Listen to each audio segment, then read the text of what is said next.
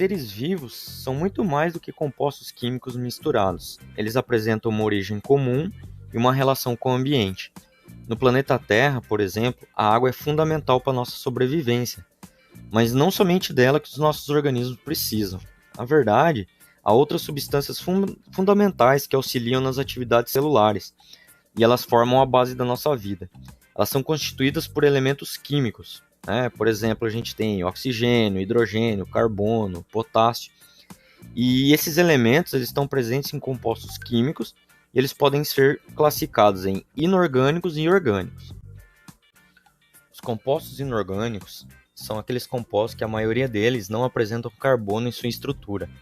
Podem ser encontrados na estrutura da crosta terrestre e na composição da nossa atmosfera. A água e o ar são exemplos de compostos inorgânicos.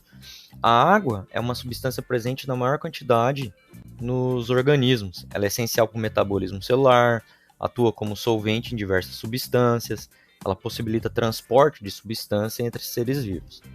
Já os sais minerais, eles representam uma pequena parte da composição celular. Se a gente tiver uma falta dele, ou seja, a carência dele, leva a sérios problemas nos nossos metabolismos. Eles são reguladores de atividades celulares e são encontrados sob formas iônicas e podem se ligar às moléculas orgânicas. Nós temos aí os macrominerais e os microminerais. Já os compostos orgânicos são considerados os principais constituintes dos seres vivos. As substâncias orgânicas elas são formadas por conjunto de átomos de carbono, originam moléculas grandes e complexas. A gente tem uns exemplos aí dos carboidratos, lipídios, proteínas, vitaminas e os ácidos nucleicos. Os carboidratos, que também são chamados de glicídios, representam a principal fonte de energia para os seres vivos. Eles são formados pela combinação de átomos de carbono, hidrogênio e oxigênio. Eles funcionam como componente estrutural do nosso corpo e dos nossos organismos. Eles atuam no reconhecimento e na sinalização das nossas células. São componentes essenciais dos ácidos nucleicos. Já os lipídios, eles constituem os óleos, as ceras, as gorduras. Eles apresentam solubilidade em solventes orgânicos e atuam como uma reserva energética do nosso corpo. E também tem uma função hormonal.